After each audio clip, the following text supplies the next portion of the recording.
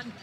And this new group of Sooners hunting for their own title. Texas stands in the way once again in the regular season, perhaps in the postseason as well. Katie Stewart is the highlight for the Longhorns lineup.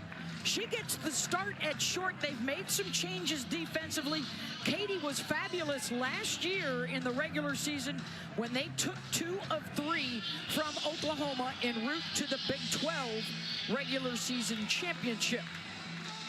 Sooners got them in the Big 12 tournament and then for the national championship a year ago, and they meet again here today. Sam Landry, the senior transfer, will get the start. All Sun Belt selection during her days at Louisiana. Landry's been great this year. Look at those free passes, just 23 on the year. That's really one of the keys. She makes her opponents earn those runs against her. That ERA below 2, 5th in the SEC. Packed house, gorgeous night here in Norman for game 1 of our 3-game series.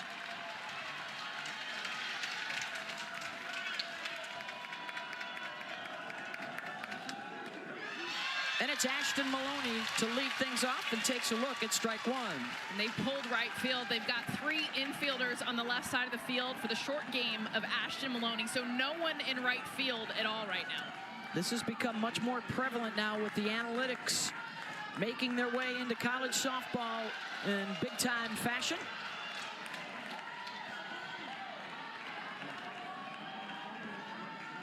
So that is Agbayani, the second baseman, over playing where the shortstop usually is. Garcia moves into the 5-6 hole. And Abby Dayton, the right fielder, essentially playing second base.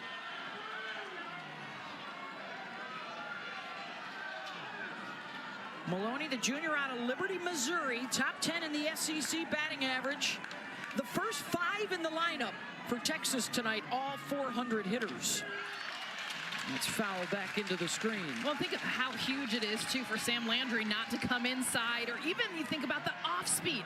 I mean, if Ashton Maloney gets ahead of anything, I mean, it's borderline inside the park home run. That's how much there's a gap in right field.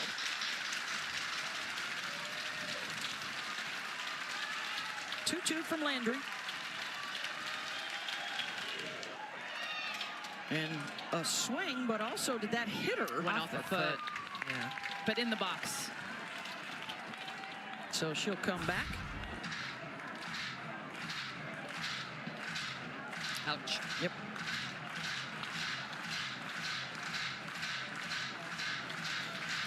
This Texas offense, the 4th best batting average in the country. Their pitching staff is also top 10 in ERA. They are the only team in America with both of those in the top 10. Well-rounded group of Longhorns. Full count. Isabella Emmering, the catcher for Oklahoma, so good at framing pictures, trying to bring those pitches back into the zone. She sold it to the crowd, yeah, but it was the ball. She did sell it to the crowd, Jess.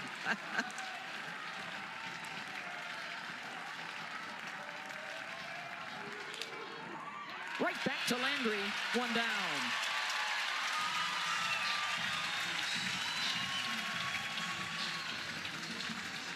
This atmosphere, you guys, I know we've talked about it. We talked about it in the open. Sellout crowd, just the anticipation. First time Texas in this stadium, but every pitch, this crowd is locked in right now. Home of the 8-time national champions. Texas on the short list to win a first national championship.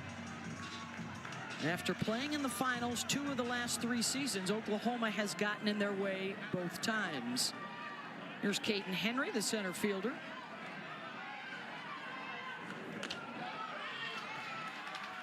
.436 on the season. She too is top 10 in the conference. Mike White loves her unpredictability here near the top of the lineup. She can go short, she can swing away. And Bella Emmerling over to fix, I think she just fixed her watch to Make sure she's got the pitch calls proper, and here's the scout on Landry. Yeah, she's going to be mid to high 60s. She's got really good down movement. She misses barrels by having a lot of break through the zone, but she also does a good job of mixing pitches. She's got a good changeup she'll use, so a lot of drop rise, a little bit of out when she's throwing away from lefties, so she can hit all 4 quadrants. Very effective. Doesn't throw the rise as much, but she's got great chase on that. Yes. Hard to lay off it. Right, Mendoza? It's a good one. 1-2 to Henry.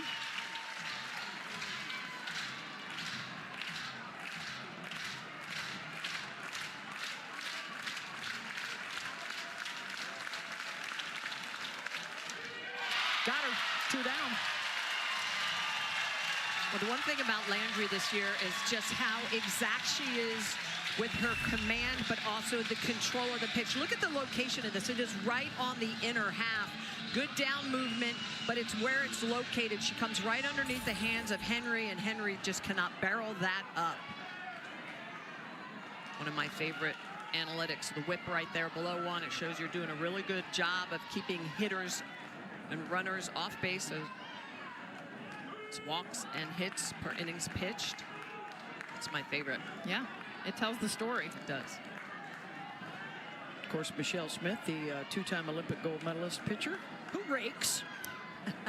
Don't want to sell you short there. Here's Mia Scott. She was the hero midweek in a 1-0 win over Oklahoma State. She drove in the game winner. That win was the 15th against a top 25 RPI opponent for Texas. That is the most in the country. And it saw their RPI jump from 8 up to 6.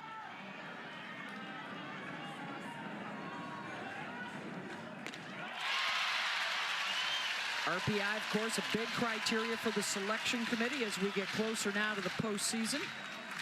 And again, Landry with a 2-strike count. You don't get Scott with the swing and miss very often. Chops that to second, and Agbayani makes the play. And it's a 1-2-3 start. Sooners picking up the bats when we come back. The sport, there's some bad blood between these two on opposite sides of that Red River. And so much at stake here late in the season. They are both tied for second place in the SEC, a game behind A&M. We're going to keep an eye on Ella Parker. The DP has been fighting through injury this season. Has really started to pick it up, though. Look at the last 8 games, 9 hits with 8 runs batted in. It's a Sooner lineup, guys, that can take you out of the park with their power, but also very patient, and they can really hurt you with free passes that come around to score. 219 on the year, Beth. Here's Cassidy Pickering to lead things off in the championship series in Oklahoma City a year ago. Home runs in both of those games to propel OU over Texas for the championship. And she is on the short list for SEC Player of the Year honors out of Humboldt, Texas. Patty Gasso says she has developed into a professional hitter. Just watch her eye. 41 walks, leads the team. 529 on base. And a strikeout for Tegan Kavan, and a good start for her. Kavan, the righty sophomore out of West Des Moines, Iowa. 3rd in the country in wins with 20. Yeah, and she has the ability to move the ball all around the zone. Rise ball very effective. Drop ball falls off the table. Good velocity, around 70 miles an hour. Look at those splits, Jess. Just great variation on those pitches. Well, she's throwing some rise balls early, guys. 54% of the time. That's also a pitch that Oklahoma hits for sub 300. 20-3 on the year for Tegan. Certainly a pitcher of the year candidate. Back-to-back 20-win seasons. That hasn't happened since Blair Luna at Texas in 2013 and 14.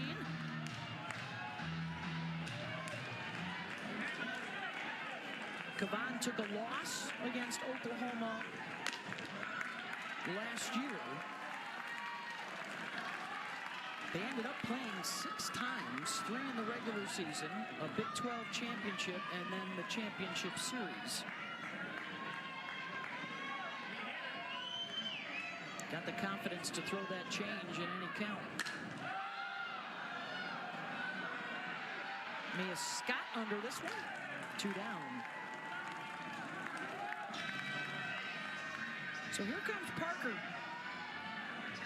with the lower leg issue, but she's playing through it. And they need her in that lineup. They love her in that lineup, even if she may not be at 100%. Yeah, it's that right lower leg, too. So you just kind of watch how she's able to transfer weight to that front foot. She says it hurts her the most, though, when she runs. And she laughs like it's a lot easier when I hit it over the wall and I can just jog around the bases. Let's try. Still hitting 386 on the season, although the power numbers have dropped. But she was a freshman All-American last year, a member of the All-World Series team. Look at the difference now, the last 6 games as she's starting to settle in.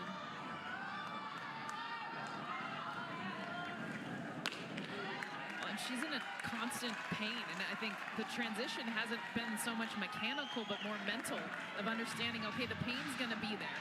I've got to figure out a way to get through it, and that's the transformation we're seeing in those numbers. Yeah, Patty Gasso said it was almost a mental fatigue from the pain. Chops that 2-1 pitch to Katie Simmons at first, and both starters open up with 1, 2, 3 innings. Scoreless through 1 in Norman. Series. I talked to her about joining Oklahoma this year after 3 years at Louisiana, and she said, you know, early in my career here, I was like, am I good enough? Do I belong in this circle that has had so many legends like Paige Parker, Kaylani Ricketts, and others, Jordy Ball? She said, now I believe I do belong. She's worked on her breathing techniques, her mindset, her confidence is what's helping her be superb right now. And she will need all of those against Reese Atwood. Thank you so much, Holly. It's 4, 5, and 6 coming up. Landry, a 3-time SEC Pitcher of the Week, so she has not only settled in the Southeastern Conference, but has excelled. Picked up a couple of wins and a save in their Mississippi State Series win last weekend. And the challenge here with Reese Atwood, 5 RBI away from 200 for her career, just a junior. There are only 4 other active players that have hit that mark. Just a matter of time before she becomes their all-time home run leader as well. And it's such a good matchup for her, too. She really does well against the drop ball. You see how wide she is in her stance, how low she gets. She struggled with the rise at times, but that drop ball, she can get underneath very well. Ground ball, and that'll jump over the glove of Garcia. That's a great sign for Atwood because over the course of her career has not hit it well against the Sooners. So she starts out with the base hit here. She's just so strong. I mean, get this one on the hands. Landry actually did a good job coming inside. Strong enough, pokes it through the 5-6 hole to get the first base runner we've seen in this game.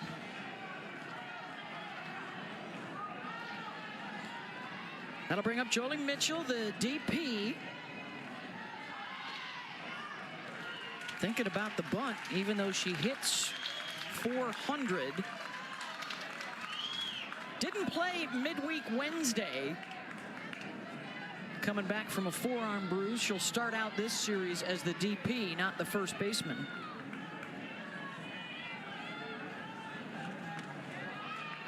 Hitting 450, guys, with a runner on base. The 5th-year grad student who transferred from Notre Dame, 6th year, excuse me.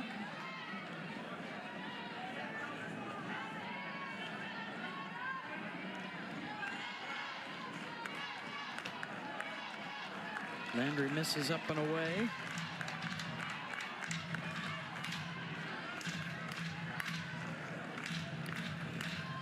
And with the convo, we're reminded Jolie, you may have seen the play where the LSU base runner almost knocked her down rounding a base a couple weeks ago, and Jolie didn't say a word, just stepped up to the plate next time up, pow, home run. Had the correct response. That was one of her 2 home runs in her last 3 hits. Let that bat do the talking.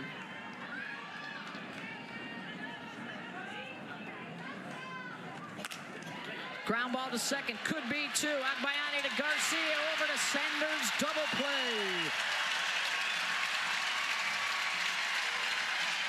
This is an Oklahoma team very young on this infield. Agbayani, the transfer from BYU. Gabby Garcia, the shortstop freshman. How about the turn? A 4-6-3 double play over to Sid Sanders at first. Just really pretty work. That's the 18th double play of the year for this defense. Look at that. They are the only Power 4 tandem middle infielders that has not committed an error in their conference play. And they're both new this year. Alina Torres and Tiare Jennings have moved on.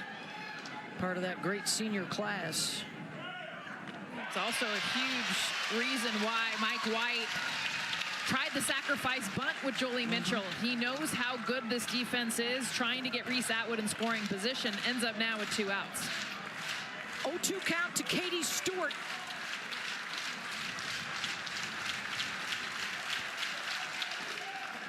Got to be careful with Katie. In batting practice earlier, she was hitting home runs so far, they should have counted for 2 instead of 1.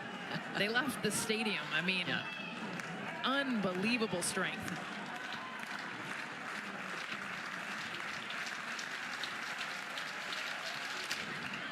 Got under it. Landry able to jam her in the fly ball.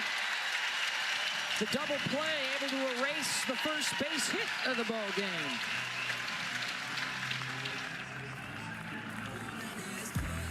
With just 2 weeks remaining in the regular season, the selection show, 2 hours of coverage for you. Sunday night, May 11th.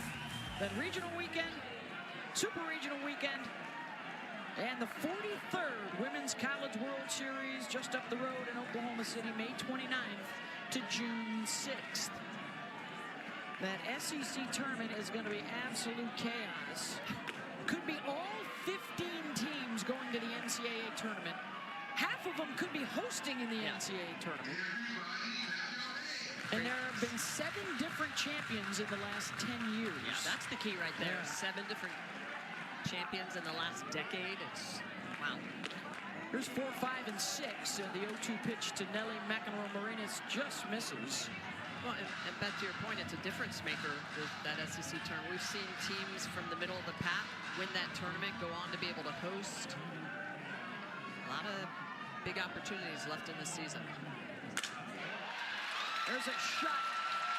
That'll get all the way to the wall and right center. And McEnroe-Marinas continues at her torrid pace in SEC play. You see the C on her jersey. She's a captain as a redshirt freshman. What I love about the way she hits, though, is her ability to go opposite field, hit the ball where it's pitched. She's got great hands, can handle anything up in the zone, inside, but there, opposite field, we've seen opposite field home runs. You see the energy, it just leaks to everyone else on this team. Chance for Oklahoma to take the lead now with a runner in scoring position. It's Sid Sanders, the senior out of San Marcos. Had a huge hit to help them clinch game 2 in the Champ Series against Texas last June.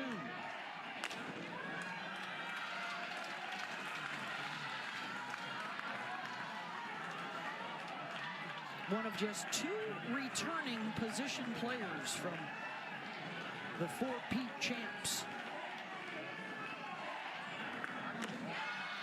that spent most of the time in the field. Of course, Pickering the other, and then Ella Parker, their DP.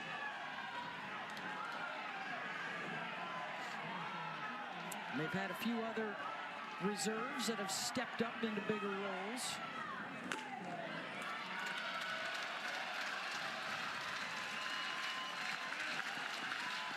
And now the count goes to 3-1. Chris Neighbors behind the plate today. Robert Guest at first, Marty Abazishan at third.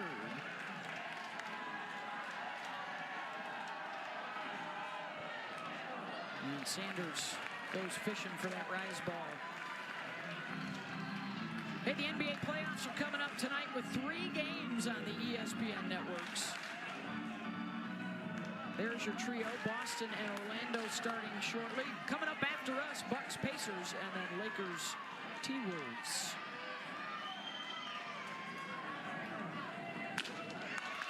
And Sanders draws the walk 2 on with nobody out.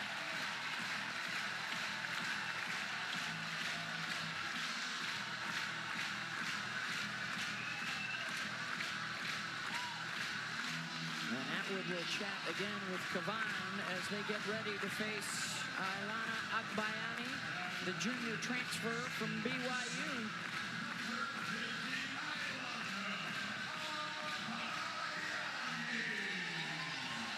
Another 300 hitter in this lineup. Over 400 with a runner in scoring position. And that'll drop in front of the left fielder, Ashton Maloney, and the bases are loaded.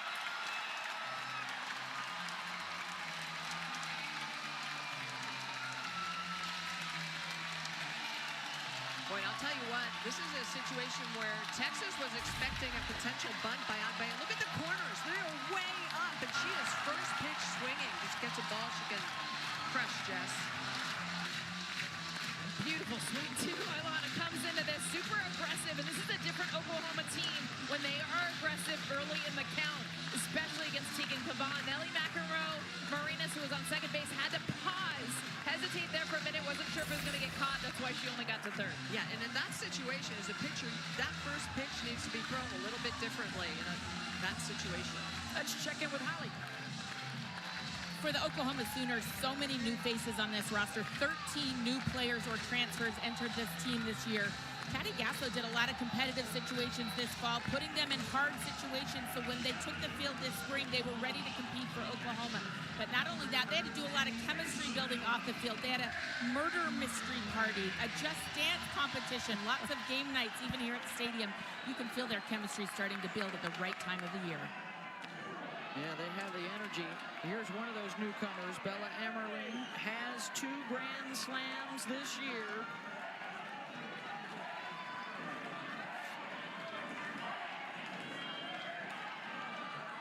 Started out her career at North Carolina. That's blocked low by Atwood, 1-1. Kavan losing that drop ball a little bit short. She's been coming in at about 41 feet.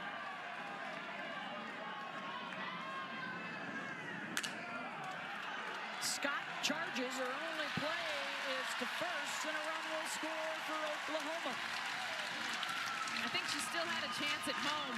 I don't know if that was just her commitment. I see the momentum, but Mia Scott is very athletic. It wouldn't have been an easy play, but she comes across. She has time to plant. Still go home because it is a force.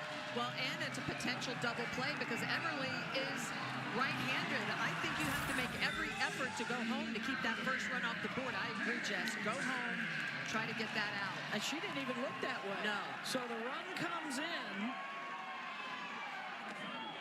2 in scoring position for Abby Dayton, another one of the newcomers, the transfer from Utah.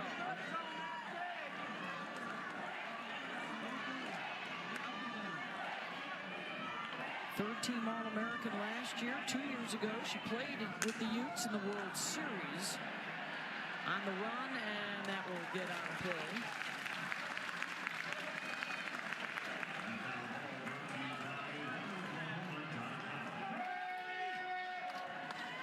They are awfully good when they score first.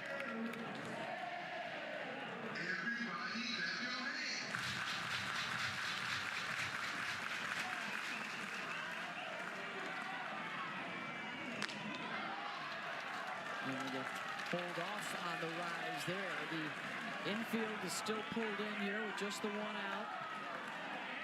This is where Tegan Kavan needs that swing and miss. If she can get a strikeout here, still so many ways to score a run.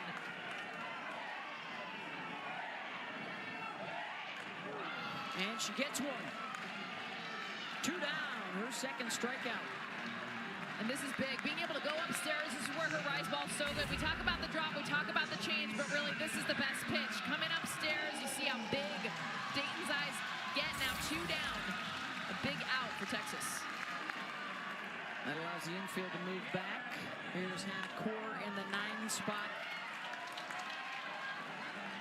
A couple of hits, a walk, and a run in here for OU.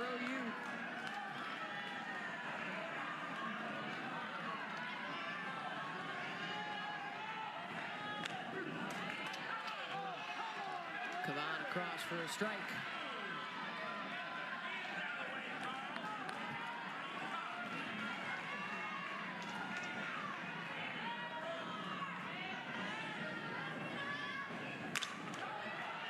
To second, Leanne Good is there, and that will end the threat. So a couple stranded, but one home, and Oklahoma grabs the lead.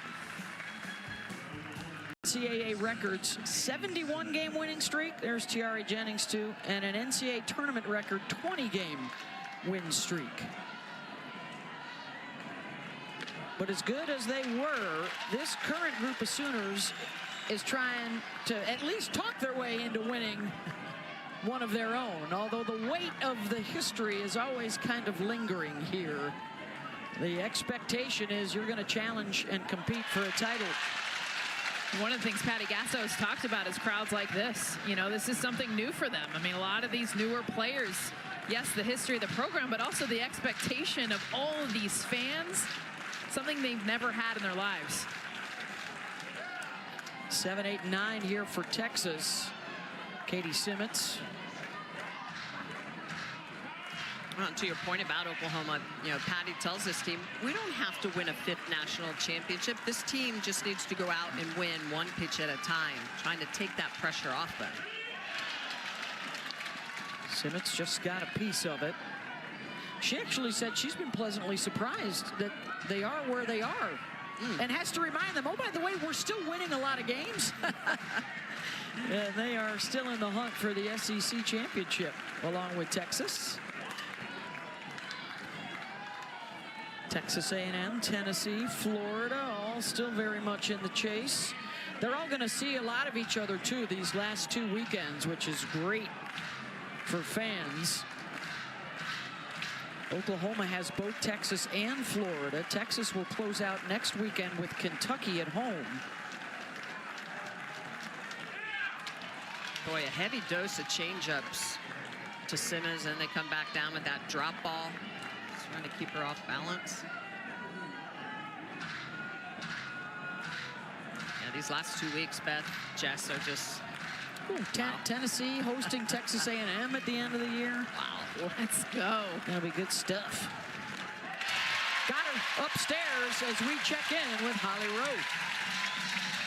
All of the pressure that this team could feel trying to four-peat, and I spoke with Sam Landry, Nellie McEnroe Marinas yesterday, and they said we're doing a great job of just trying to win our first. They don't want the outside noise and the outside expectations to put pressure on their shoulders. They're doing a ton of mental conditioning work. Patty Gasso taking that pressure off, and she said it. They have already exceeded my expectations with just 5 losses so far this season. So they do not want to embrace that pressure of a 5-peat. They're ready to just 1-peat for this group. Absolutely. Here's Leanne Good thinking about the bunt. Well, they're trying to bunt to the right side because Sydney Sanders, the first baseman, stays back. It's a hole that they're trying to expose, but they haven't gotten it down. Another 2-strike count.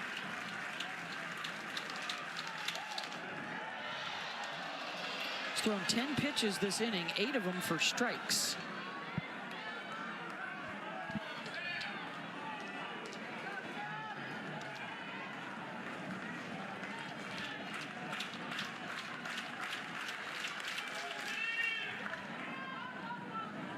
Bounces outside the line.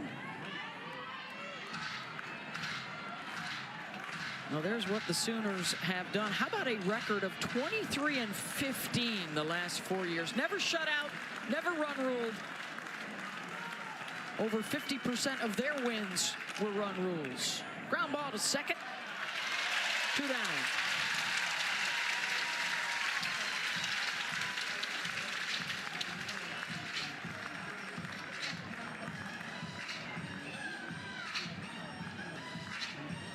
When you think about the great dynasties over the years in softball, of course, Arizona in the 90s, UCLA in the 80s. You think of UConn basketball and Penn State volleyball and North Carolina soccer. That pursuit of perfection and greatness. So many people want to watch athletes at their peak, and so many others want to watch that dynasty fall. Something for everybody, right?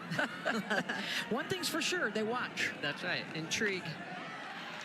What's going to happen? The other thing they like to watch is a team that is like this Texas club, like head coach Mike White, knocking on the door so many times, so close. Can they break through to win that first one?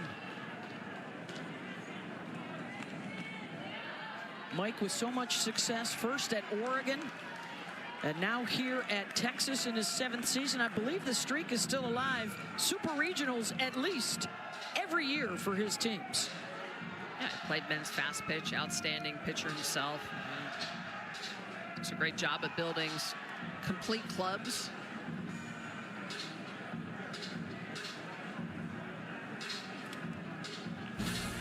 Hey, we got another good one coming your way. Sunday night baseball. It's the Phillies and the NL Central leading Chicago Cubs.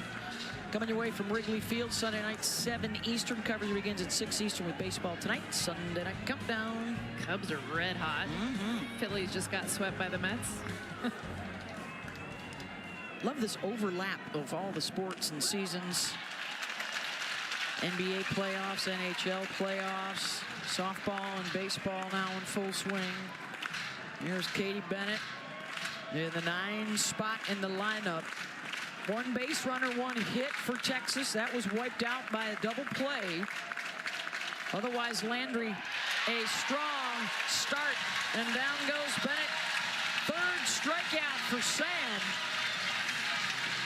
Sam Landry using that pitch at the top of the zone to induce the swing and miss. A nice rise ball at the top.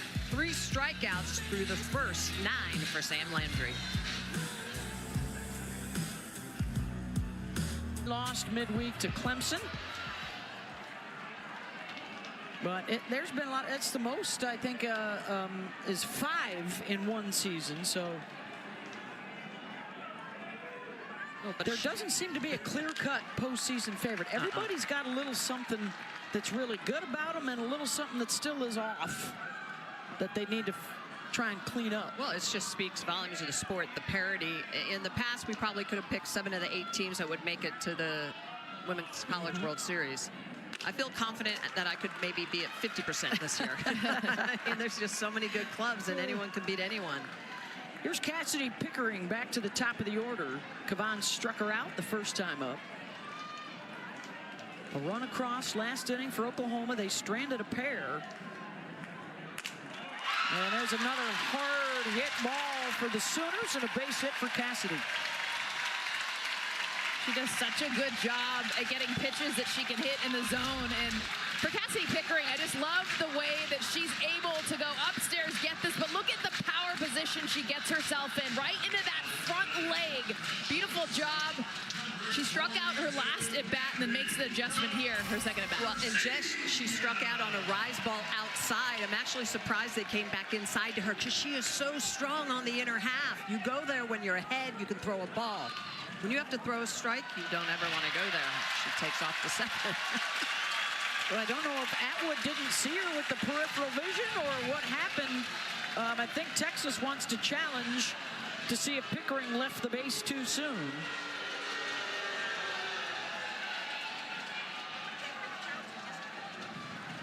The ruling on the field is the runner left on time.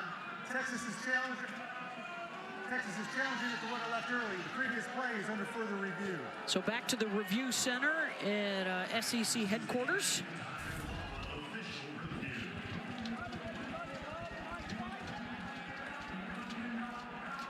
Oh, yeah, she looks did. off. Yep, she's way gone. off. She's gone. Yeah.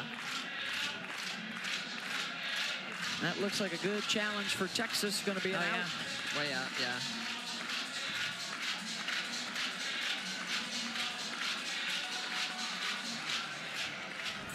After review, it's been determined the runner left early at first base. Runner's out. The ruling is changed. That is Texas's first challenge. First of their 2 challenges is a good one. What's interesting is she did catch Reese Atwood off guard. She did not need to leave early. I think she would have had this base stolen. She leaves a good half a step before the ball is released. Well, it's interesting. She's only stolen 2 bases on the year. I think that's a missed sign. I don't know if that was supposed to be a hit and run, a bunt run, but something. Reese wasn't even ready to throw. Yeah. It caught her off guard.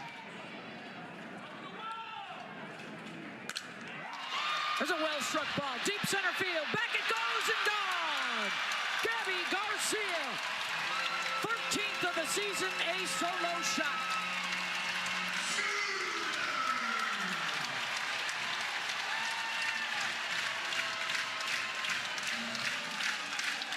Yes, young softball fan, hold on to that ball. One of the biggest goals for the Oklahoma Sooners coming into this against Tegan Cavan is be aggressive early. You don't want to get behind on such a great pitcher. Beautiful job. Look at the back leg getting to this. This pitch is middle away, not a pitch that you're normally going to hit out of the park. Tell you what, Gabby Garcia, you look at her, she's not this big, physical, tall player, but she brings the pop with that swing.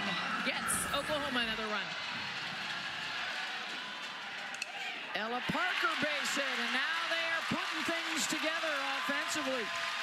Well, their first pitch swinging, they have come out very aggressive early on here. The second time through the lineup. There's back-to-back batters swinging away first pitch. Back on the inner half, trying to get underneath the hands of Ella Parker, and it's very difficult to do. Same thing. Garcia on the outer half looked like she was diving into that. And that down on the field talking to Oklahoma, I'm like, what's your approach to Tegan Cavan? Get on her early, not just scoring early, but swinging early in the count. You see Mac Morgan running out to the bullpen to warm up. Sure, not what Mike White expected with Tegan Cavan, but a lot of it's been the adjustments the second time through the order.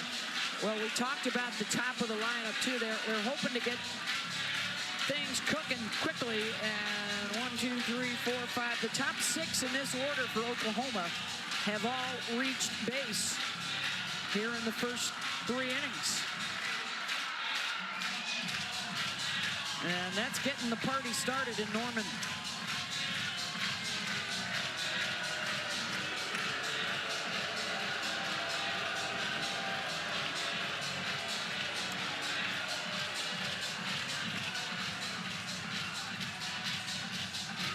Fans giving Mike White a hearty hello this afternoon.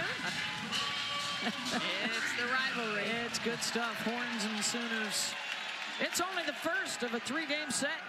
Here's Nellie Mack. Tied for the home run and RBI leads in SEC play coming into the weekend. After she sat out as a redshirt last year. And she will deliver with another base hit.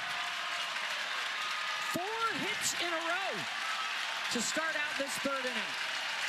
And Smitty, you know this. They're right on time with her. We haven't seen a whole lot of off-speed from Cavan and not changing the eye levels.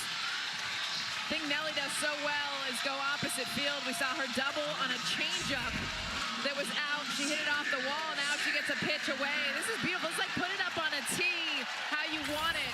Most hitters can't do that, though. Couple on base for Sid Sanders. Walked her first time up.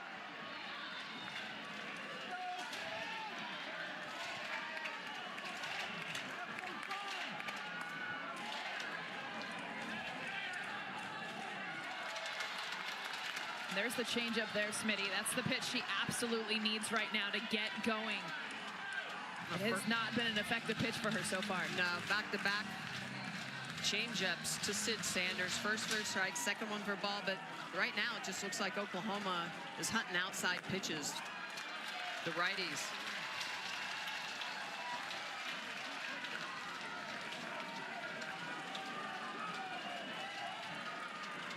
actually surprised that she's not going upstairs a little bit more with her rise ball.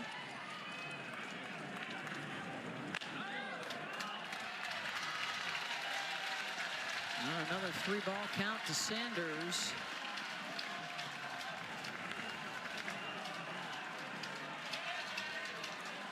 Parker at second. Nellie Mack at first. And Sanders walks for the second time.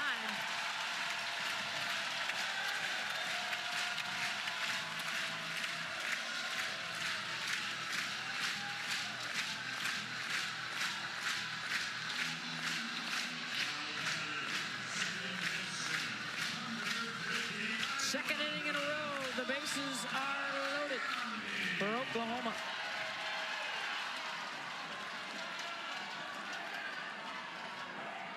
Here's Akbayani.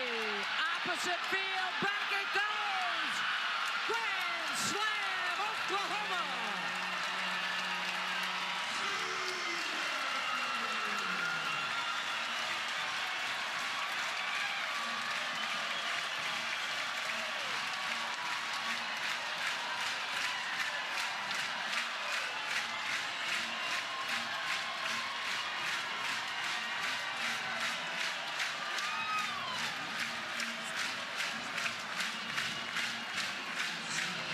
So impressed with the opposite field power in this inning. Akbayani, look at the pitch location.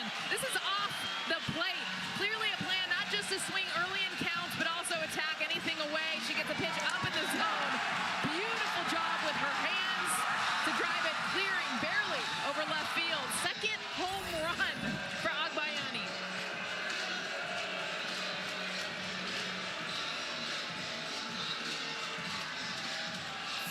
Straight hits, 2 of them home runs will chase Tegan Cavan. And Oklahoma has busted it open.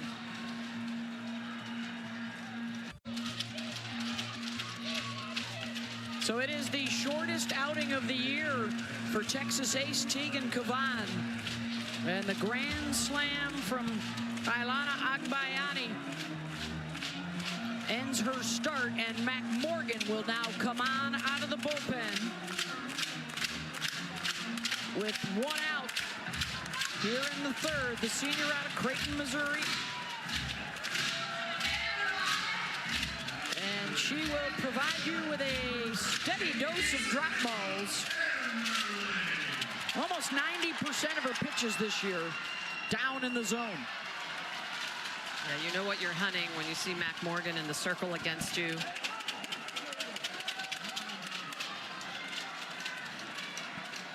Seven and 3 on the season with a 2.95 ERA. Her 7th relief appearance of the year.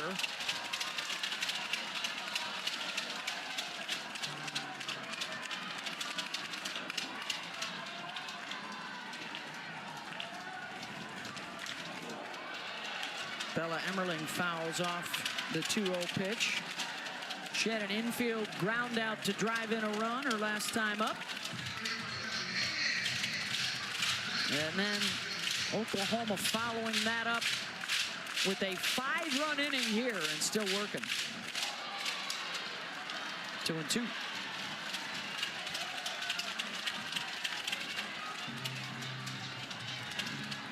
It's been the MO for Patty Gasso's offenses over the year. They jump on you quick. Oh, they take advantage of everything that they are given. The free passes, pitches that miss the mark.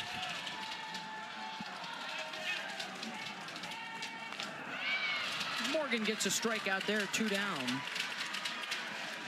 Sid Sanders, who walked in the inning, came in to score on the home run, so that's their 39th game that a free pass has come in to score. There's a nice pitch from Morgan there. Drop ball in the outer half.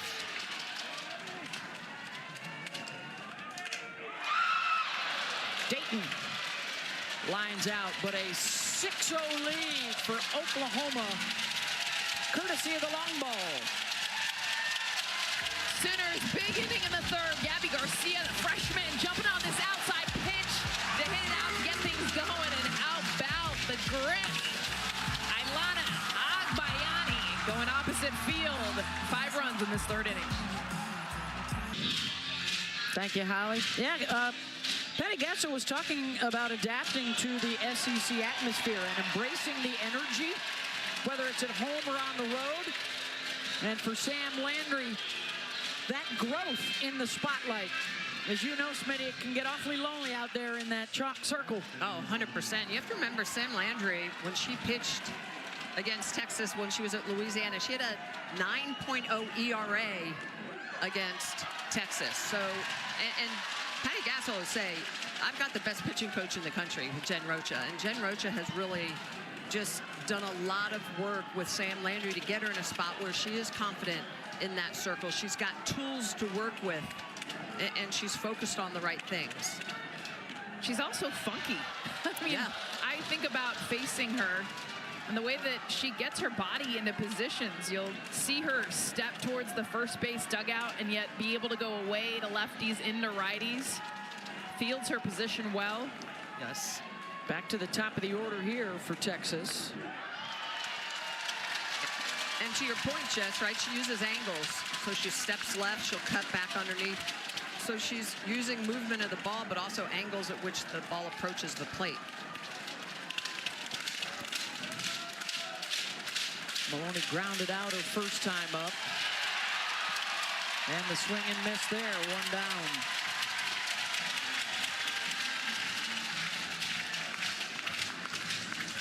And even though she's a right-handed pitcher, look how tough this look is for a lefty. You see the ball almost like a screwball, even though it's a drop, and it's because her momentum is taking her towards the first base dugout, and she's throwing it across the plate. It's such a tough angle for hitters to hit. 4th of the day for Landry.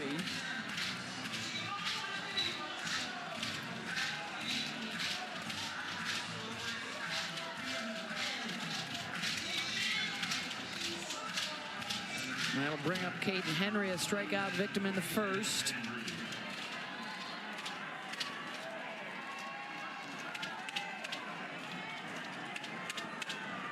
Longhorns will try and work their way back into it. The nice thing about this lineup is they are not reliant on 1 or 2 people. They have 5 batters that hit over 400, 3 batters with double-digit home runs, 4 players with an on-base percentage of over 500.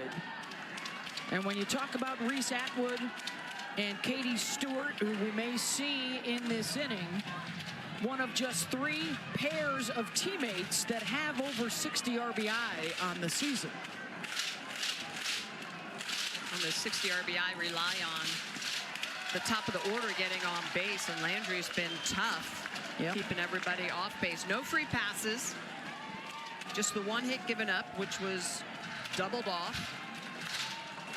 And there's a ton of speed at the top of this order, and she's been able to strike out both Maloney and Henry.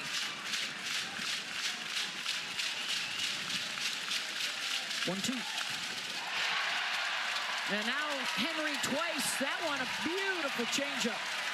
And when you're pitching and you have a lead, you get to play a little bit. You get to pull the changeup coming in at 58 miles an hour after you're throwing a drop ball at 71 miles an hour.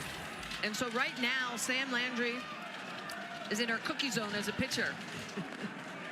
She struck out 4 of 5, Smitty. That was really good math, Beth. I'm really impressed with that. I saw you counting. I'm getting better. On your It's all about professional growth with you guys. Here's Mia Scott.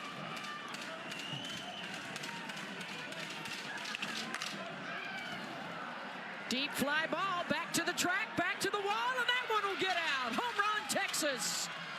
And Mia Scott will slow down that trot and touch them all.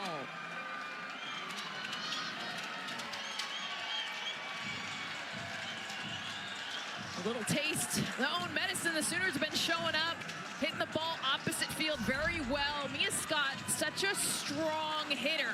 You see what she can do with her lower half. She gets it actually underneath this ball. It's up in the zone. This is a fly ball for most hitters, but because Mia Scott is so strong, able to hit this one out. Well, that's one area where Landry can be a little bit weak. That's the 13th home run of the year that she has given up. I think both pitchers, Kavan and Landry, when you start throwing that off speed a lot, you've got to sit and you've got to think opposite field with everything. Keep the barrel inside the ball, let the ball travel deep in the zone. 7th of the season for Mia, who extends her hitting streak now to 10 games in a row. And a little bit of life for the burnt orange. Here's Reese Atwood. Mia likes playing against OU. 4th straight year against the Sooners with a long ball. Atwood fooled by that pitch. 1-1. It's the same pitch that struck out Caden Henry. Reese Atwood, we're not seeing Texas pick up that changeup at all. That's why you're seeing such a big amount of time from them swinging and the ball coming over. You guys, this crowd and adrenaline is playing a part, I think, in Texas and their at-bats right now.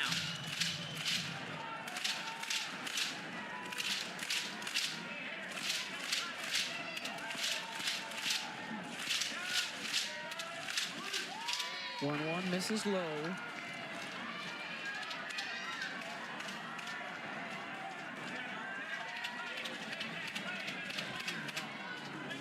Last year, Reese was one of the 3 finalists for National Player of the Year honors, a first-team All-American.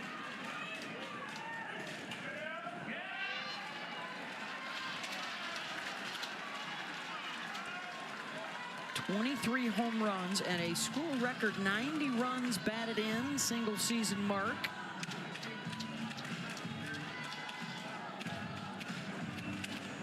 And establishing herself as the best slugger in school history.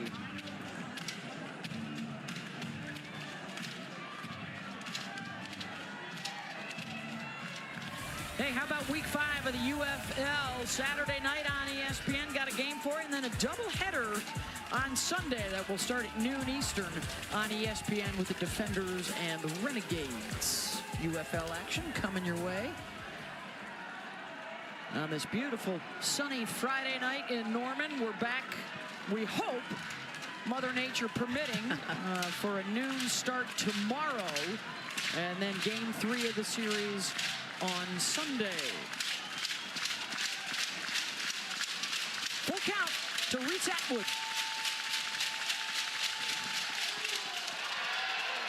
And Atwood draws the walk.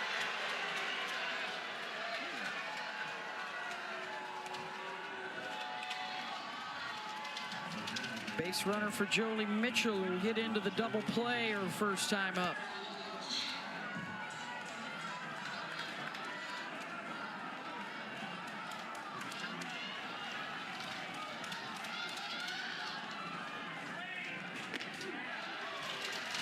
Jolie had a streak earlier this year where she reached base in 23 straight games.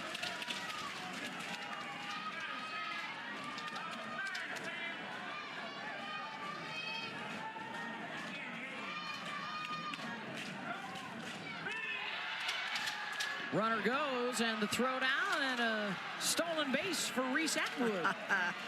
Well, that is just running on the pitch. This Reese Atwood does not steal a lot of bases, or 6 of the year, but sees it's a changeup and takes off.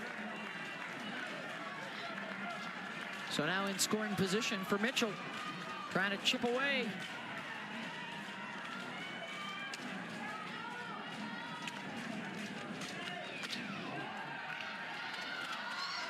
That home run, by the way, for Mia Scott, that means that Texas has now scored a run in 80 straight games. And the first confab with Jen Rocha out of the dugout. Let's check in with Holly Rowe. Well, Mike White, when we spoke to him earlier this week, said part of their strategy today would be to be a little more patient at the plate and force Sam Landry to pitch a lot, throw a lot of pitches, get her tired.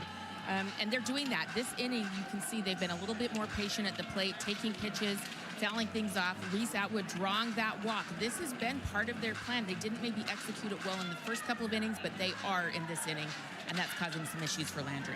Yeah, and Holly, a big credit to that, to Mia Scott. I think we've seen a different Sam Landry since the home run. She's been nibbling a lot more, not trying to give that pitch that can get hit out of the park. Texas responding by taking those pitches well. Pitch counts up to 63. It's a short turnaround with tomorrow's game scheduled for 11 a.m. local time. There's a well-struck ball out the center, and diving and not able to make the catch is Kaur. It bounced in front of her, and a run will score. RBI single for Jolie Mitchell. What an effort, though, for Hannah Kaur. And I thought she had this. It ends up getting to the ground. Nice job, too, by Jolie Mitchell to find grass. Oh, just barely hops before. I'll tell you what, this is a huge risk. This would have scored 2 runs if it gets by her. Kaur, though, great center fielder, Reed. I thought she had it on the fly. So that ends up being a costly walk, and then the heads-up stolen base for Atwood to get into scoring position to come home. And now another in scoring position for Katie Stewart. And you guys, this is a huge response for Texas. They give up 5 runs. This crowd is rocking. Now they're quieted down. Mia Scott the home run, and now an RBI single for Jolie Mitchell. Yeah, and more importantly, they obviously have her changeup picked to be able to run on it.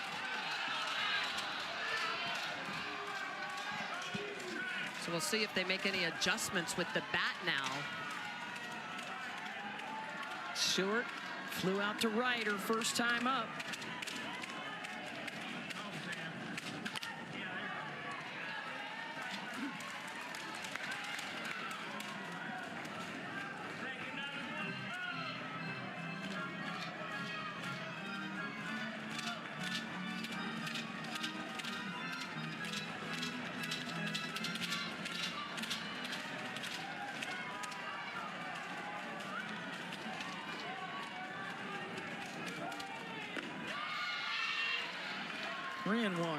And to Holly's report, we've seen a different pitcher. Remember, Sam Landry struck out the first 2 batters. She was absolutely dominant. Mia Scott hits the home run. Now a lot of picking from Sam Landry and trying to live on the edge.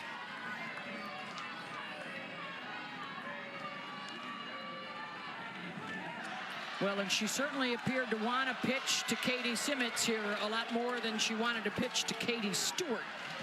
So here comes Simmons, who she struck out the first time up. There is some activity now in the OU bullpen. Isabella Smith, the right-hander, is up.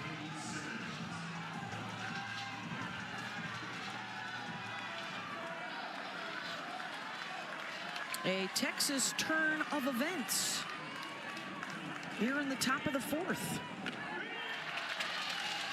Man, if they do have the changeup, that would have been a good time to sit on it. This is the part of the order, 7, 8, 9 hitters for Texas that have struggled. This has been the one weakness for Texas. Yeah, Katie Simmons is weak on the changeup. She got a healthy dose of them her last at-bat and then struck out on the rise ball.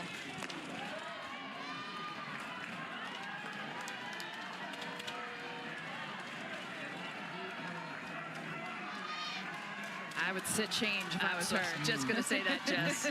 I would be just sitting, just waiting for that 58-mile-an-hour pitch. With Mitchell and Stewart aboard.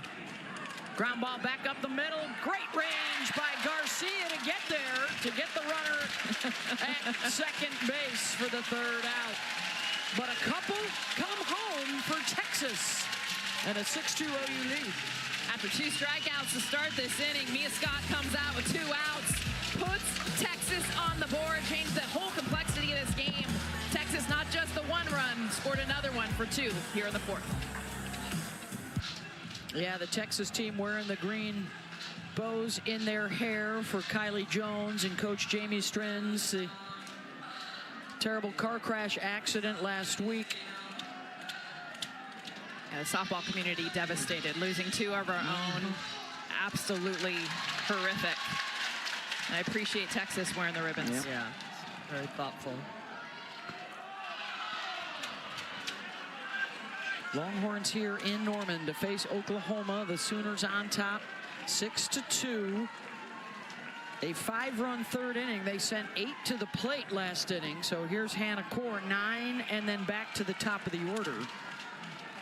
They've chased the starter, Tegan Kavan McMorgan, now pitching to her 3rd batter of the night.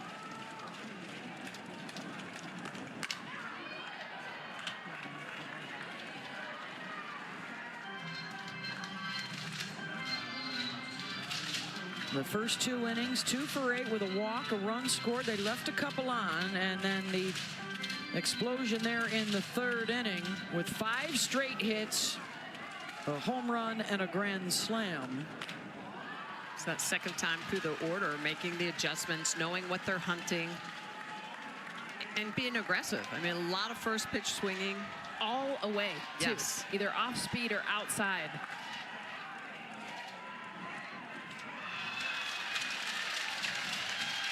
Two and two. That's where I think Mac Morgan's done a good job coming in. Is she hasn't been very predictable, but she's also coming inside a lot more than Tegan Cavan did early in the count. And another one to the opposite way. Hannah Kaur on base. Another opposite field hit. Oklahoma has a game plan. They have executed it well. Even with 2 strikes, look at the pitch location for this. This is almost off the plate, changeup away. 3/4 swing from Kaur. Literally just gets to the ball to get a hit in the 9-hole to bring up the top of the order. 7 of the 9 now have reached base for Oklahoma. And here's Cassidy Pickering for the 3rd time tonight. 1 for 2 with a single and a strikeout.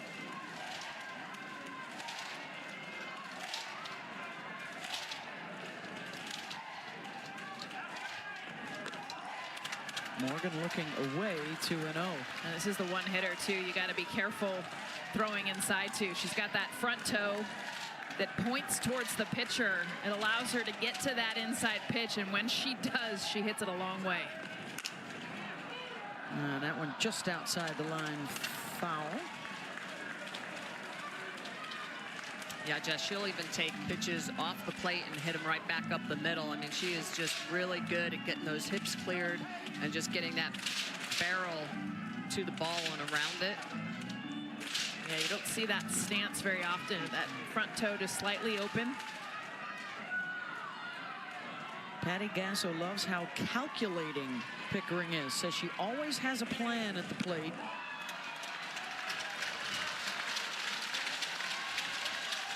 There was a stretch in late March where she reached base in 15 straight at-bats. Not 15 straight games, at-bats.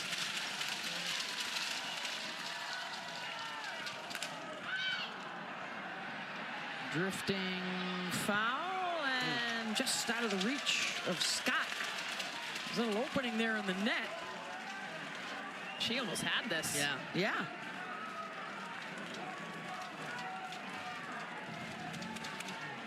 That would have been a huge out to get.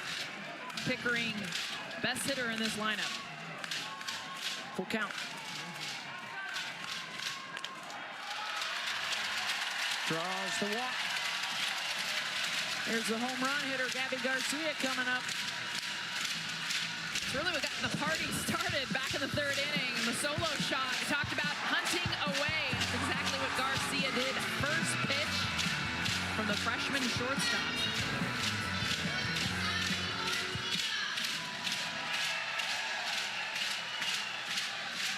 Tied her for the team lead in home runs with 13.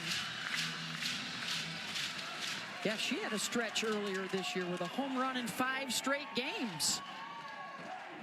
These newcomers have made an impact, and really there was no other way to do it. I mean, they had so many shoes to fill due to that graduating class. I mean, she's putting up SEC Freshman of the Year numbers. Can also lay down a sacrifice bunt. And almost make it a base hit. This was a beautiful bunt. Mia Scott, great job getting to it. And the pickup too at first base. But look how bang this play is. Gabby Garcia, how about after a home run, you guys? Lays down this bunt, Mia Scott all over it.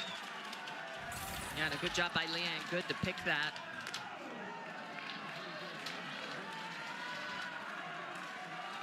Here's Ella Parker. Singled, scored in the 3rd.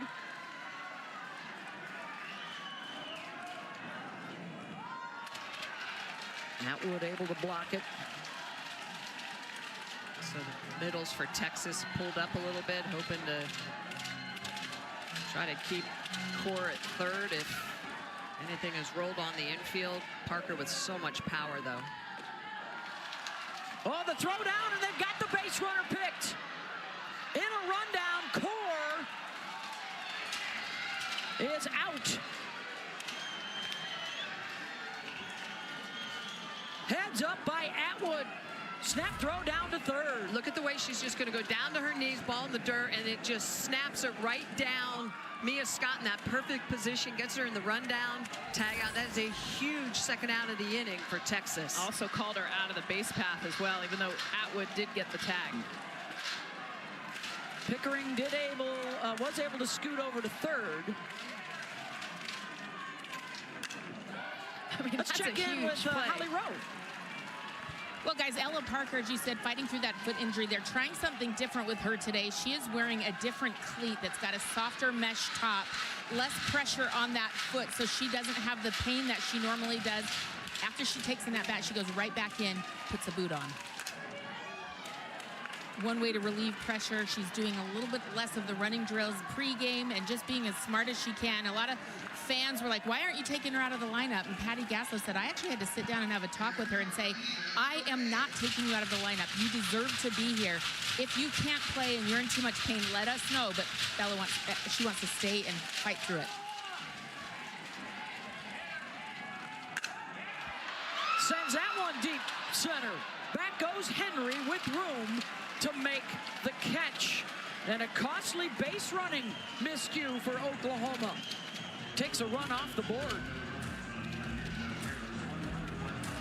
Oklahoma with the lead over Texas. Our game summary. Tegan Cavan chased by the Sooners. A couple of home runs, including a grand slam. And Sam Landry will go to work here into the 5th inning in the circle for Oklahoma. 8-9-1 due up for Texas.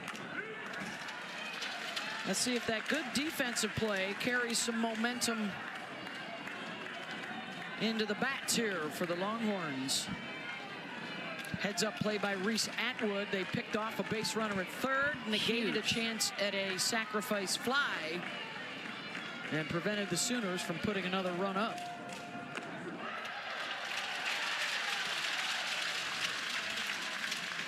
Oh, 2.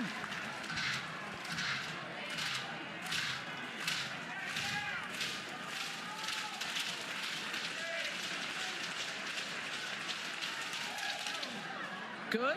Skies that one out to left. Back on the edge of the track is Abby Dayton, one down.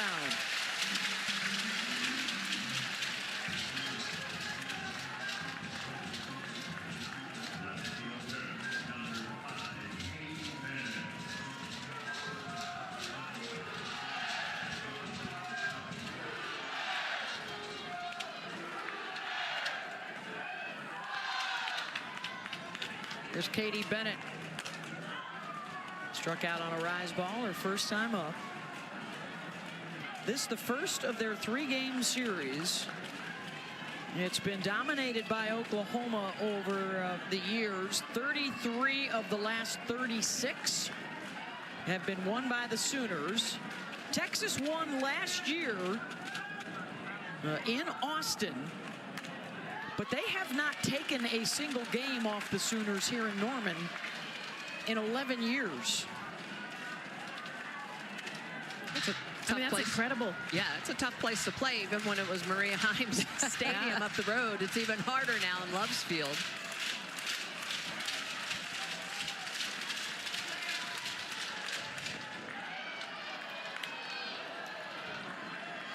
Sam Landry's got that rise ball in her back pocket. For Bennett, it's a pitch she struck her out on. Her last at bat, it was way up out of the zone.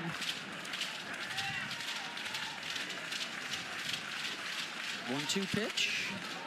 High hopper, the charge, the throw. Agbayani. Not just the bat, but the glove love as well. 2 down.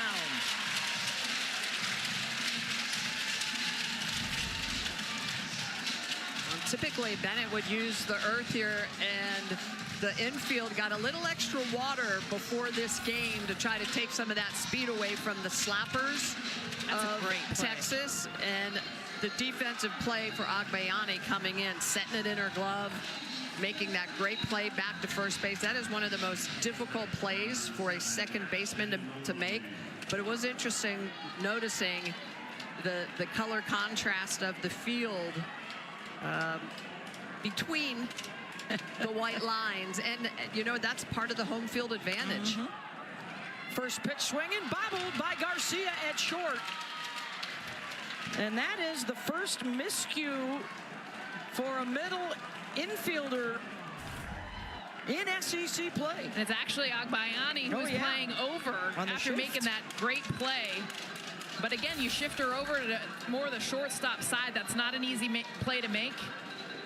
Good job by Maloney with the shift to beat it. And that's just the 26th error of the year for this Oklahoma club.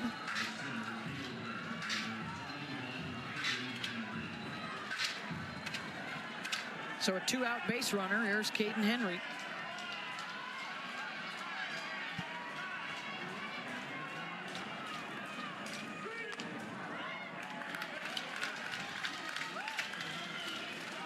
Third time around for the top of the order. Henry has struck out twice on a drop ball and a changeup.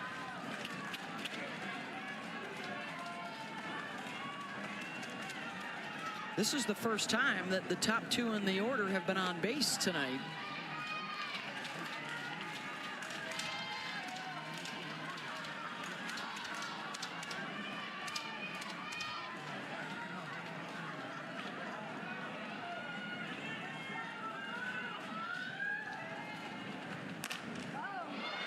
Inside the bag at third, and a base hit for Henry, and a threat for Texas. And this is Texas softball. When the first two batters in this can get on, you see the tracking. Watch Caden Henry here, head and eyes just staying with this pitch to poke it down the line. She's always a short game threat as well. That's why third base was pulled in. All right, the home run hitter, Mia Scott, stepping in. And the chance to do even more damage.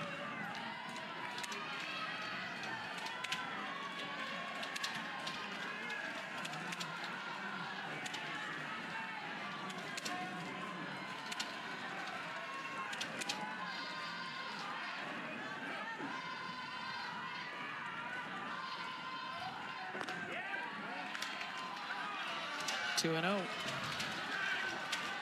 So it's interesting, Sam Landry, if you watch when she goes into her glove, she is so tight in protecting her grips. I think Mike White actually picked the changeup from the side. She's really covering that grip. You can tell Texas has not been able to steal off that changeup in this inning.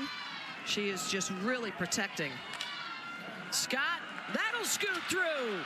Runner headed home, the throw to the plate. And she's out at home. She dropped the ball. She dropped the ball. She did drop the ball. The umpires will consult on the throw-in from Pickering to Emmerling.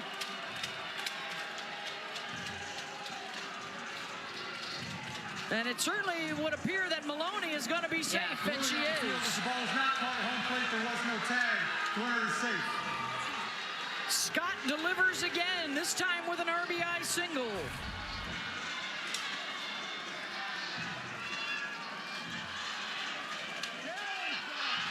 It's the foot of Maloney that ends up kicking the ball out. Really had very little home plate to get into. Well, and it looked like she actually got there before. So the catch was almost never made, but the foot looked like it got to the plate. Yeah, she blocked the plate, but never had possession of the ball. Maloney actually came back and touched home plate. I don't know if she even got there. But she got the glove. Yeah, the initial slide was into the glove and the foot. The Texas threat continues here with 2 outs for Reese Atwood. One swing could tie it up.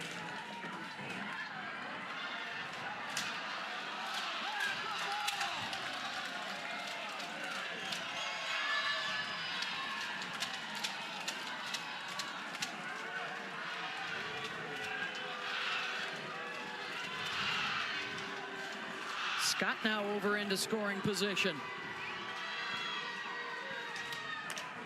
Atwood waits on it and drives it out to center. One run is in. The bobble will let another one home. And here comes Texas. And even though Landry is trying to hide those pitches, little changes like that as a pitcher, it changes your momentum, it changes your timing. A lot of these pitches are elevated. This is a changeup, it stays up, and the ball reaches the green. A little bit of a bobble out there by Hannah Core. That's gonna allow Texas to score 2 runs on that. Reese Atwood hit.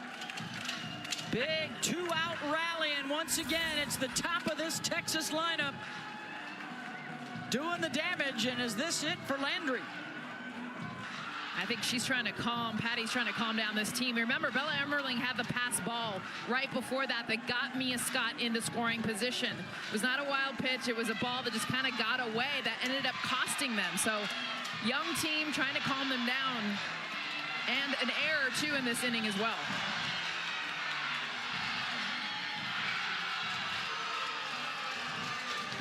They got another arm loosening up. That's the lefty, Kirsten Deal.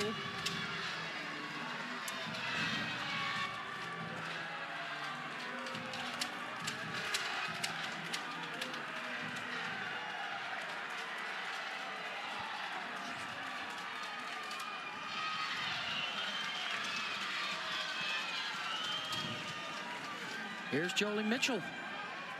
And now she is the go-ahead run at the plate, trying to rally all the way back from a 6-0 deficit.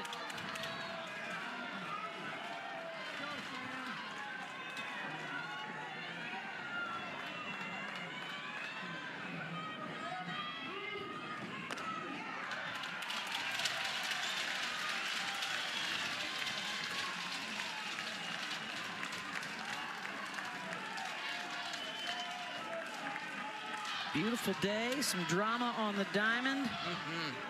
Nice little Friday going on. And we're here all weekend. Ground ball to short. Garcia over to first, got her. But 3 more in for Texas. It's a 1-run game. And the hustle play, Jolie Mitchell able to slide in safely at home. Out number 3, nope. Call reversed, as it should have been. And the Horns take advantage. There is a likelihood at the top of the hour that we will have to move our softball game to ESPN News. So get your clicker ready. That may be happening at the top of the hour. Contractual agreements with the NBA to cover their playoff matchup, which is coming up next. But in the meantime, we're going to enjoy a little more Texas and Oklahoma. 6 runs by Oklahoma, and now 5 unanswered by Texas. Into the bottom of the 5th.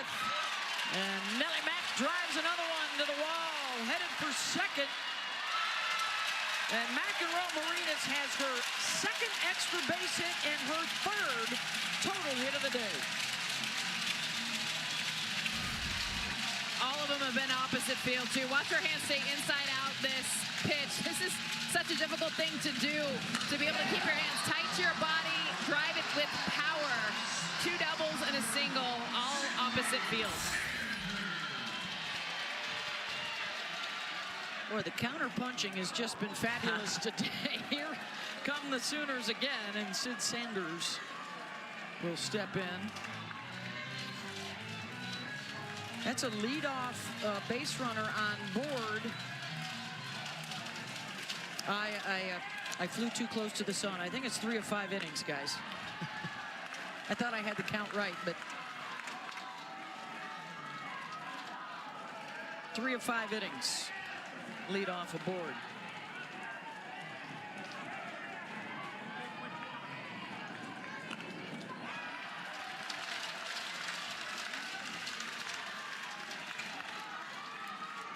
McEnroe Marinas with that 13th and 14th double of the year. Up for freshman of the year. Yeah, that the top 25 finalists announced this week. Some of the favorites include Alexis DeBoer at Washington, Audrey Vandegrift at Alabama, Taylor Shoemaker at Florida, Tori Edwards at LSU, Sanders, fly ball to Katie Bennett, 1 down. Well, and LSU also had Hebner, their lefty pitcher. So here comes Akbayani. This is what she did last time up. Pitch on the outer half, just takes that out of the yard. How about her second home run of the year? It's a grand salami. But Jess, you've talked about it, just Oklahoma's ability to take pitches on the outer half and hit them for power. Oh, she sends another one the opposite way, and that one off the base of the wall. They're waving the runner home. And sliding in safely is McEnroe-Marinas. Scott cutting off the throw at third. And then taking second base is Akbayani.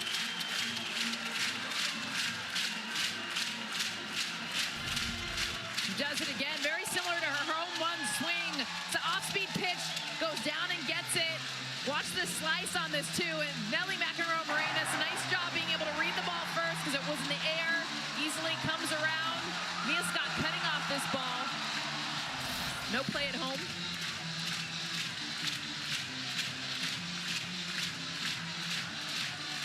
Oklahoma tacks another one on the board.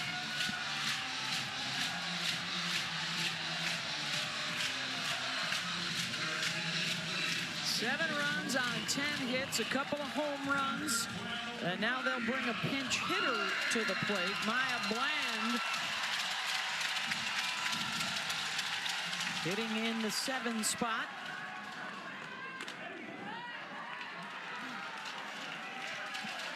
Bland was fabulous a couple of weeks ago. Had a 3-run home run against Oklahoma State and then a pinch hit game-winning home run to beat Alabama.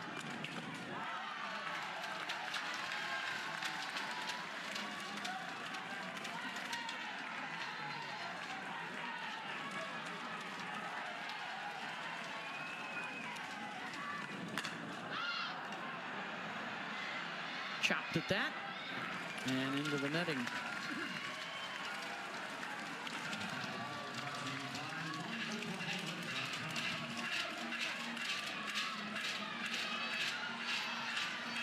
Record crowd on hand, nearly 5,000 at Love's Field for the series opener. Oklahoma and Texas, and they are being treated to a good one. Bland, another one going the opposite way, and that'll get outside the line.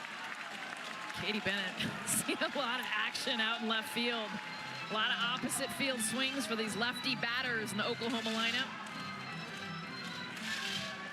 Katie has spent most of her year in the infield. Texas recently making some defensive changes with Leanne Good now at second base. Katie Stewart coming from the outfield into short. And Bennett going from second out to left. You don't see it too often, an outfielder playing shortstop mid-season. Unless it's Mookie Betts and the Dodgers.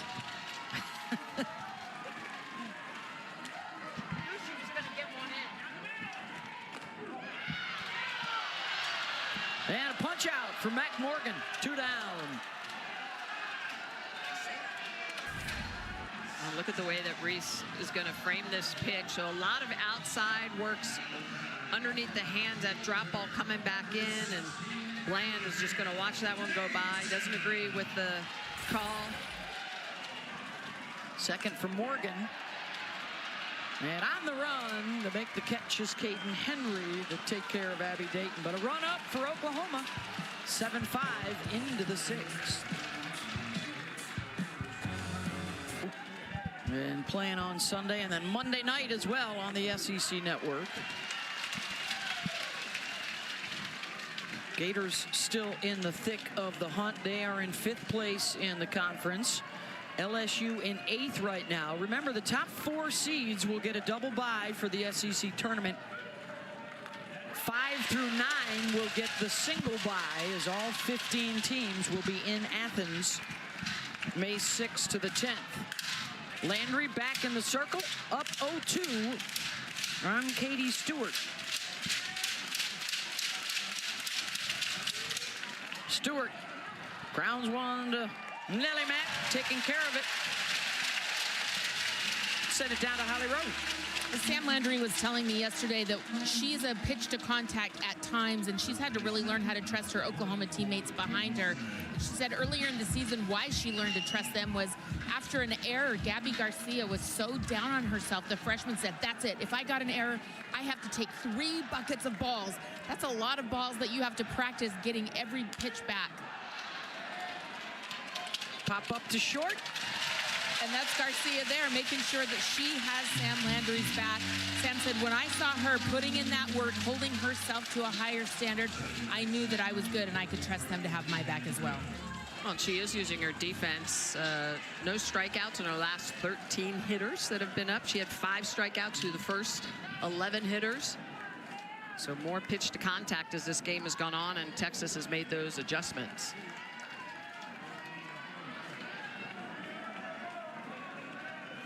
Here's Leanne Good.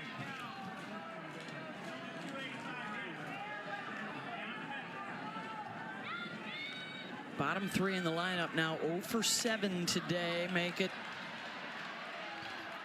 0 for 8. A 1-2-3 inning for Landry. Sooners by a couple.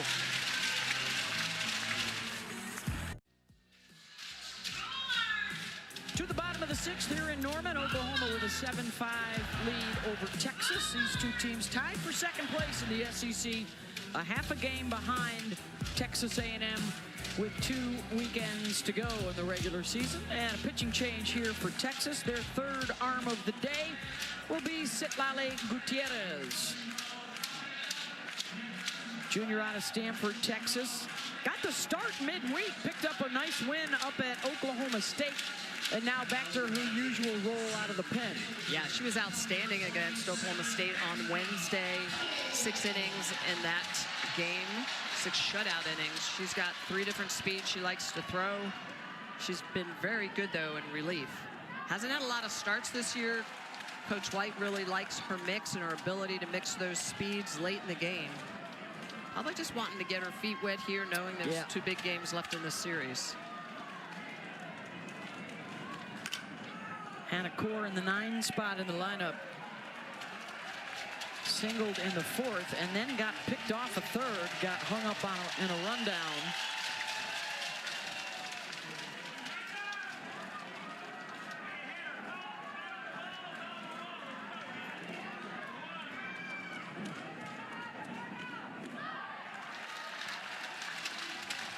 Citlali really taking on that new school mentality, throws that off-speed pitch almost half the time.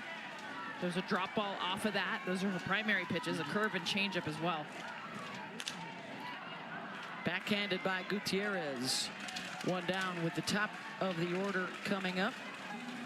Well, that's it right there. That last pitch was the off-speed curveball. So she's going to be in the mid to upper 60s. It's those 3 different speeds that we talked about, Jess. That off-speed curveball is really the one that runs away from righties. She'll throw it into lefties, and then she'll follow that with a hard drop ball that comes in 68, 69 miles an hour. So she's a lot to deal with. Here's Cassidy Pickering. Just a reminder, too, there's a chance that we will run into the start of the NBA playoff game coming up, Pacers and Bucks. That will air live from the start at the top of the hour here on ESPNU. We may have to move the softball over to ESPN News just to let you know to get ready for that.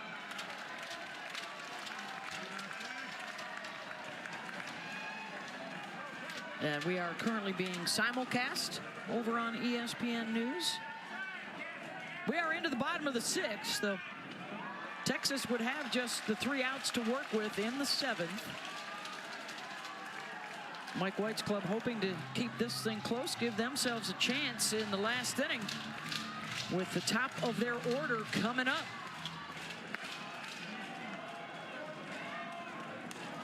And it's the top here for Oklahoma.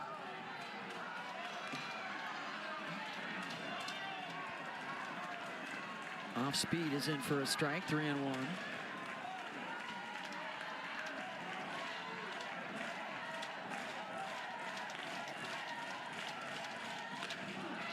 Another great pitch.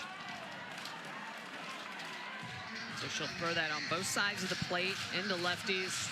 She kind of works backwards with that. She'll throw the off speed, then you mentioned the hard drop off of it.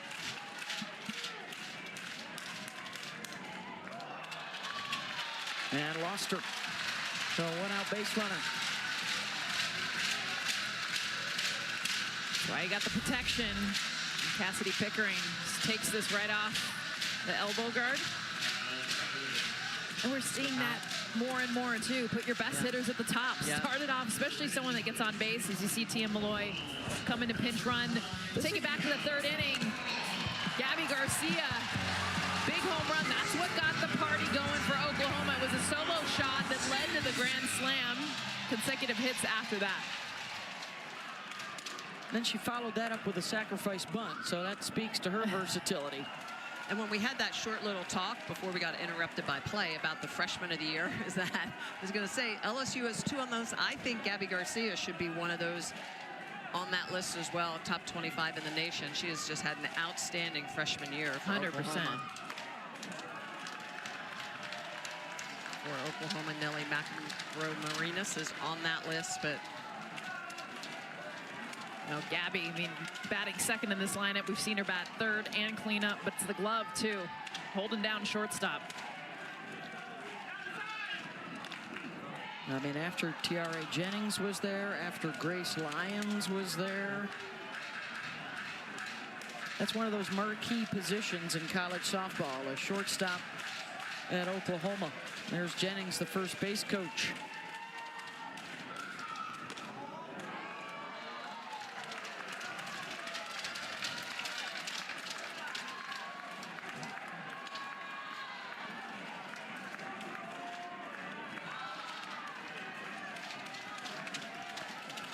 Reminder coming up, our softball will be moving to ESPN News here at the top of the hour.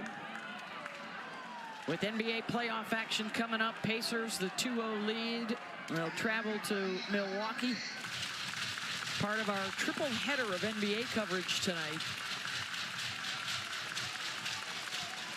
Full count here to Garcia. Swing and a miss, the runner goes. Malloy sliding in, and they got her. Strike him out, throw him out, double play. And we are headed to the 7th. And hopefully you'll follow us, softball fans, over to ESPN News for the completion of this one. As we get you off to the NBA playoffs coming up, the Pacers and the Bucks. The strikeout for Sitlali, and then Atwood, the throwdown and the tag out. Don't forget, we're moving over to ESPN News, and then games 2 and 3 in the next couple of days.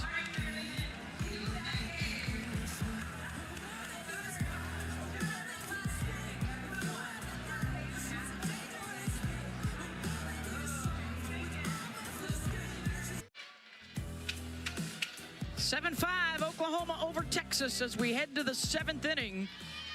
And Sam Landry will go for the complete game win here. She'll have to do it against 9 and then the top of the order. Vanessa Quiroga is the pinch hitter here at the bottom. The goal for Sam Landry and the Sooners: do not let Mia Scott and Reese Atwood get up in this inning. You mentioned 9-1-2. Mia Scott would be up 4th.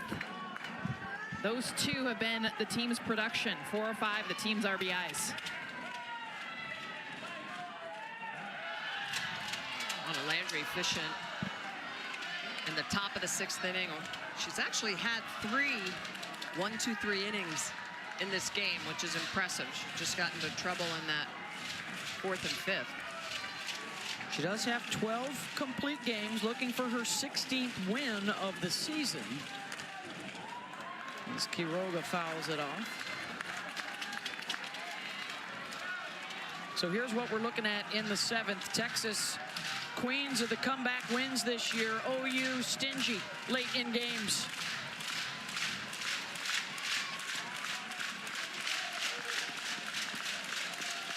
Here's the 2-2.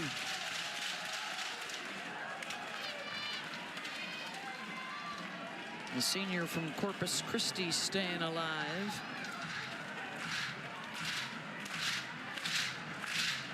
Four for 12 this year as a pinch hitter with a couple of home runs.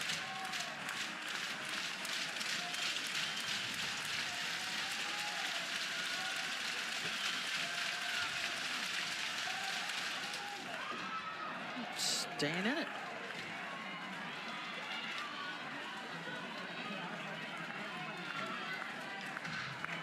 Through 3 innings, they trailed 6-zip. And have rallied to get right back in it.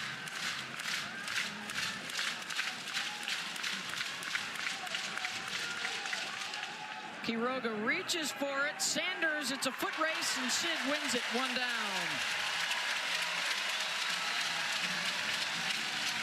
Top of the order. And it's the 4th time they get a look at Landry.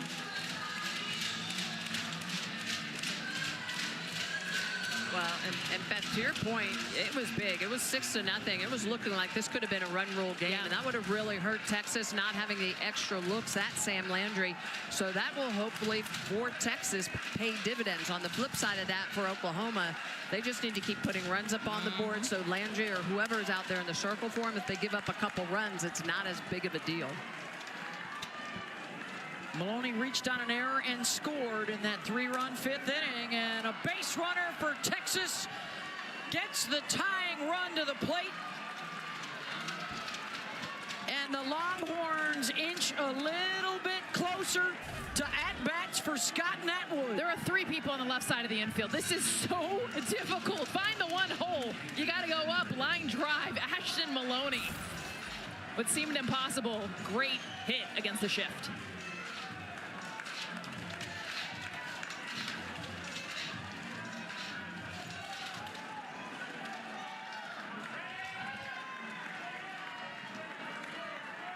Caden Henry singled and scored her last time up. Ground ball, Sanders bobbles, and everybody's safe. And now the tying runs are aboard, and Mia Scott is the go-ahead with a home run and an RBI single tonight. Sid Sanders, this looks like this potentially is a double play that could end the game, but that little bit of a bobble as she looks towards second gives the opportunity for Texas to stay right in it. Second error of the game, 27th of the year for Oklahoma. Texas has not won a game here since 2014. Hunting for a late lead.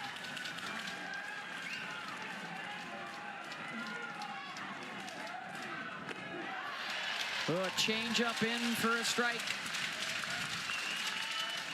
She's hiding that changeup, Smitty, to your point, so much better. Later in this game has made the adjustment after Texas had it picked.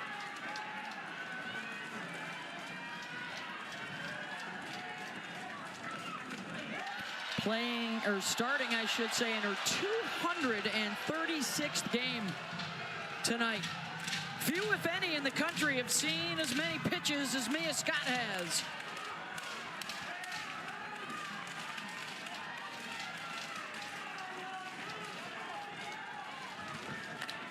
Ground ball, Sanders stepping on first to get the second out.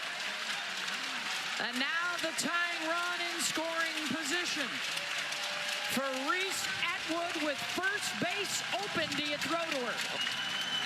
I'm going all caps. What's no. the consensus? Yeah, I think you throw around her. You obviously don't intentionally walk her, see if she'll strike herself out. If you're going to have someone beat you, I think it's got to be Mitchell, not Atwood. And here comes Rocha. Yeah, the conversation is, look, she's their best hitter. First base is open. Maybe ask Sam Landry, what are you comfortable with? I mean, she's added to her RBI total that is already a record at Texas. What's crazy, she's got 2 hits, but she's yet to really lay into one. We haven't seen her totally barrel it up. That's how good of a hitter Reese Atwood is. Oh, by the way, Jolie Mitchell, no slouch. She came in hitting 400 with 12 home runs. Yeah, well, this is the danger zone. Atwood has 16 home runs. Mitchell has 12. What a night in Norman. Not done yet.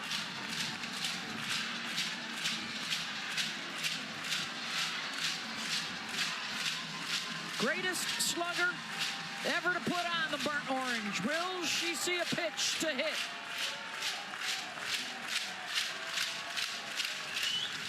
Not that one. No, not that one.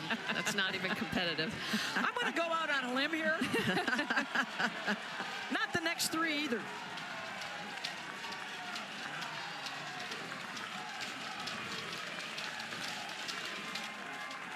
Yeah, they're intentionally walking her. And oh, is Jolie Mitchell's heart pumping right now? Jen Rocha had just come out of the dugout and yelled at Bella behind the plate. Just get over in the other batter's box. Don't even make a mistake. Look at where she's at. Remember, Jolie Mitchell got run over by an LSU player. Texas thought there should have been an ejection. It didn't happen. Jolie, cool as a cucumber. Next at bat, Tater. And she will step into the moment here with the bases loaded.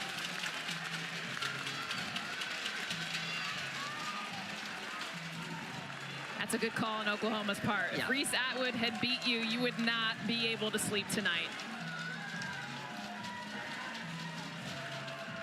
Now you've also got the force out at any base.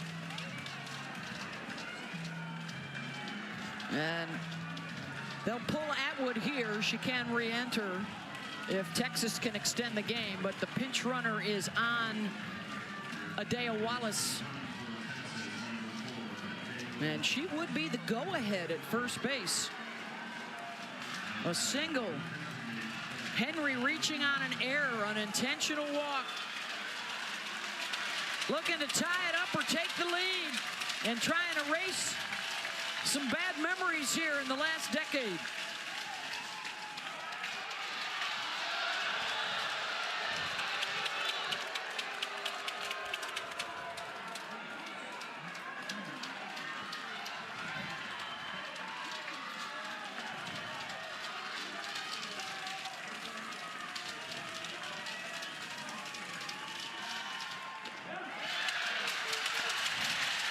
I know your calendar still says April, but it feels a lot like May. My goodness. Tonight in Norman. Oh, yes. Everyone on their feet in this stadium. Wow.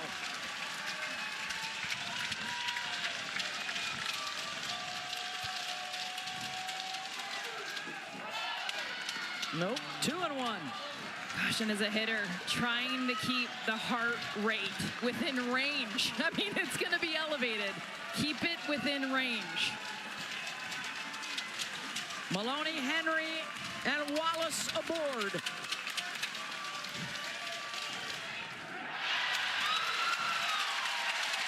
Texas down to its final strike. Mitchell up in the box, and they are challenging her with that off speed.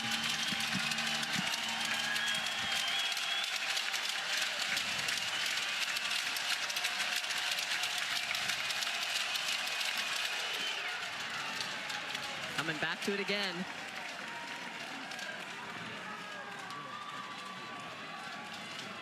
Landry's been in some big moments in her career, none bigger than this one.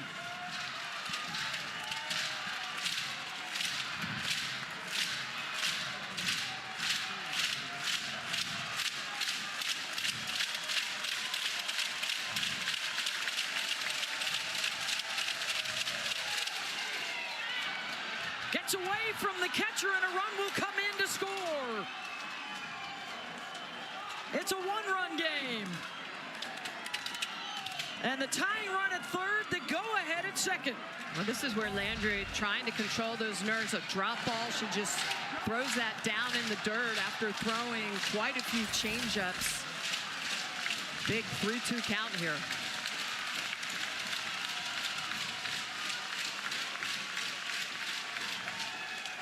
Mitchell, fly ball to center. Hannah Core is there, ball game. Sooners hang on to win it. After the valiant comeback effort from Texas, 7-6, the final in game one. buckle up for the series, huh? I mean, you talk about game one.